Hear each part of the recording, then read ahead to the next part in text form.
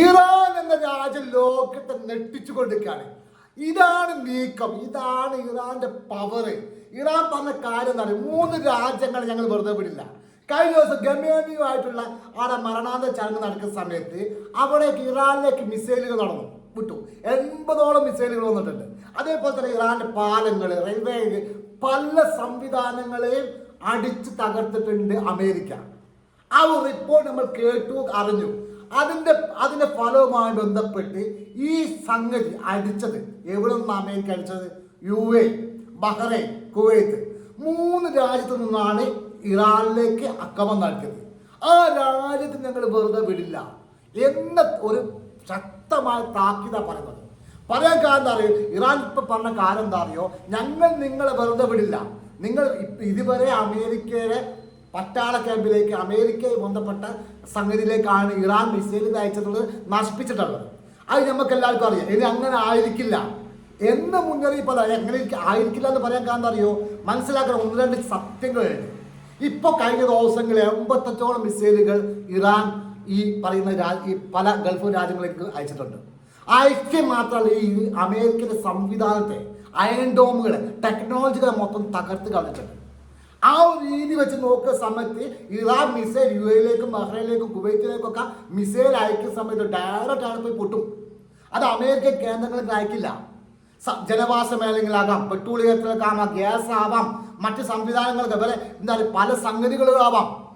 ആ ഒരു സംഗതി മുന്നറിയിപ്പ് നൽകിക്കൊണ്ട് ഇറാൻ പോവുകയാണ്. കാരണം ശക്തമായി തിരിച്ചടിക്കും. അത് ചിലപ്പോൾ ഇന്നോ നാളെ എപ്പോൾ ഉണ്ടാവാൻ സാധ്യതയുണ്ട്. ഇറാന്റെ വേറെ മുന്നറിയിപ്പ് എന്നറിയോ? അമേരിക്കയെ സഹായിച്ചു കൊണ്ടിരിക്കുന്ന രാജ്യങ്ങൾ ഒന്നോർക്കുക, ഞങ്ങളെ ശക്തമായ ആക്രമണത്തിന് ഇരയാകേണ്ടി വരും. അത് ഓരോ പറഞ്ഞിട്ട് കാര്യമില്ല.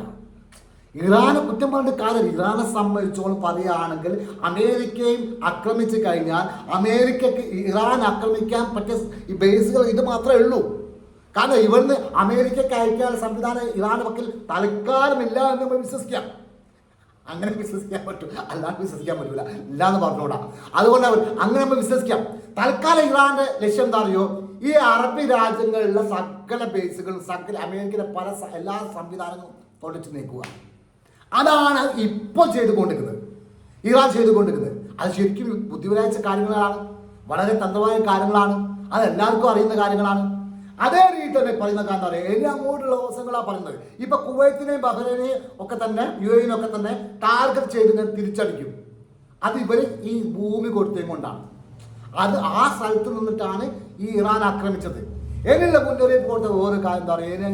ഞങ്ങളുടെ രാജ്യത്തേക്ക്, നിങ്ങളുടെ രാജ്യത്ത് നിന്ന് ഏത് രാജ്യത്തു നിന്നാണോ വരുന്നത് മിസൈൽ വരുന്നത്, ആ രാജ്യത്തെ സംവിധാനത്തെ മൊത്തം ഞങ്ങൾ തകർത്ത് തുടങ്ങി. അത് അമേരിക്കൻ ബേസുകൾ മാത്രമല്ല, അമേരിക്കയെ മാത്രമല്ല ലക്ഷ്യം, ആ രാജ്യത്തെയും ആക്രമിക്കുന്ന പറഞ്ഞത്. ആ രീതിയിലേക്ക് പോകുന്ന സമയത്ത് എന്താ അറിയോ? കളി മാറും, പൊള്ളുന്ന സമയത്ത് ഇപ്പൊ പല അറബ് രാജ്യങ്ങളിൽ അമേരിക്കനെ ഒഴിവാക്കണം എന്ന് പറഞ്ഞുകൊണ്ട് നിൽക്കുന്ന സമയമാണ്. ഈ ഒരു രീതി മുമ്പോട്ട് പോകുന്ന സമയത്ത് ഇപ്പൊ ശക്തമായപ്പോ എന്താ അറിയോ? ഇറാൻ അങ്ങനെ ഒരു തീരുമാനം എടുത്തു കഴിഞ്ഞാൽ പിന്നെ എല്ലാം തീർന്നു. ഇപ്പൊ UAE നിന്നാണ് ഇപ്പോൾ പിന്നെ ഇറാൻ ആക്രമിച്ച UAE-നായിട്ട് ആക്രമിക്കൽ തുടങ്ങി കഴിഞ്ഞാൽ, നിങ്ങളുടെ രാജ്യത്ത് നിന്നാണ് മിസൈൽ വന്നതെന്ന് പറഞ്ഞ് ആക്രമിക്കാൻ തുടങ്ങി കഴിഞ്ഞാൽ പിന്നീട് അവിടെ ഒന്നെങ്ങാൻ അമേരിക്ക ആക്രമിക്കുമ്പോൾ സംഭവിക്കുമോ? കാരണം ഇറാനാണ് ഇപ്പുറത്തുള്ളത്. ഇറാൻ അടിച്ചു കഴിഞ്ഞാൽ താങ്ങാൻ പറ്റില്ല. ഇന്നലെ ഞാൻ വലിയ ആളാന്ന് വന്നിട്ട് കാര്യമില്ല. കാരണം ഇറാനാണ് ലോകശക്തികളായിട്ടുള്ള അമേരിക്കയും ഇസ്രായേലിനെയും ഓരോ മുൻമുരയിൽ നിർത്തിയ രാജ്യമാണ് ഇറാൻ. അതുപോലത്തെ 15ഓളം രാജ്യങ്ങളെ ഒറ്റക്കടിച്ച രാജ്യമാണ് ഇറാൻ. അന്നപ്പോൾ ഒരു രാജ്യം, 2 രാജ്യം, 3 രാജ്യം ഇറാനെ കണ്ട് പേടിപ്പിക്കാൻ പറ്റില്ല. ഇറാനെ ഭയപ്പെട്ട് പേടിപ്പിക്കാൻ കഴിയില്ല. ഏതാണ് വീഡിയോ നിങ്ങൾക്ക് ഇഷ്ടപ്പെടുകയാണെങ്കിൽ ഷെയർ ചെയ്യാൻ, സപ്പോർട്ട് ചെയ്യാൻ മറക്കണ്ട. Thank you very much.